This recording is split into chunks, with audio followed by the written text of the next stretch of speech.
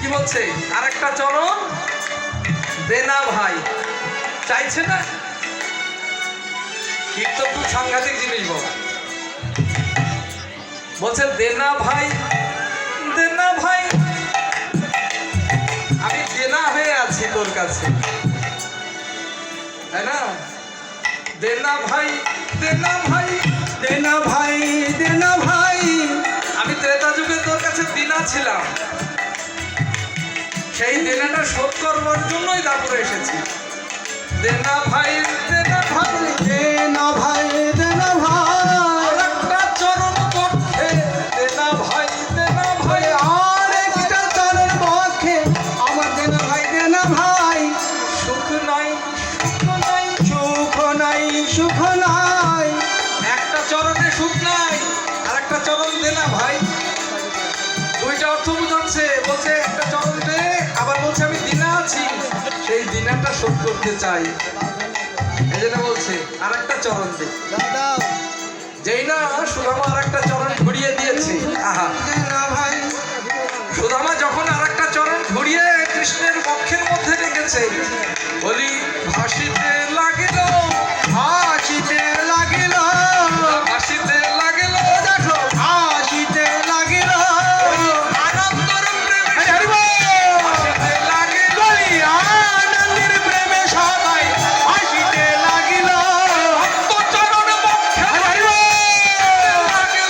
ভক্ত চরণ পক্ষে ধরে ভাসিতে লাগিল।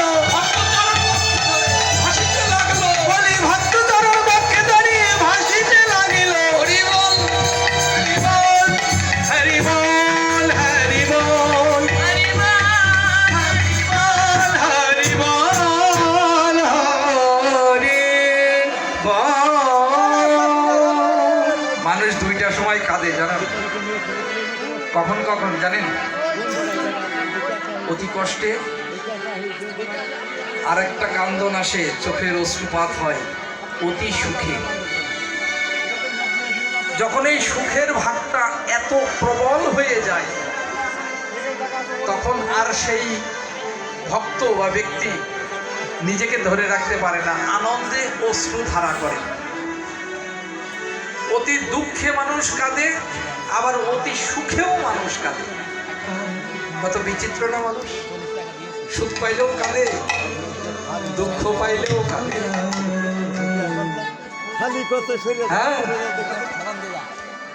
এই যে কৃষ্ণচন্দ্র কাঁদছেন সুদামার চরণখানা বুকের মধ্যে নিয়ে।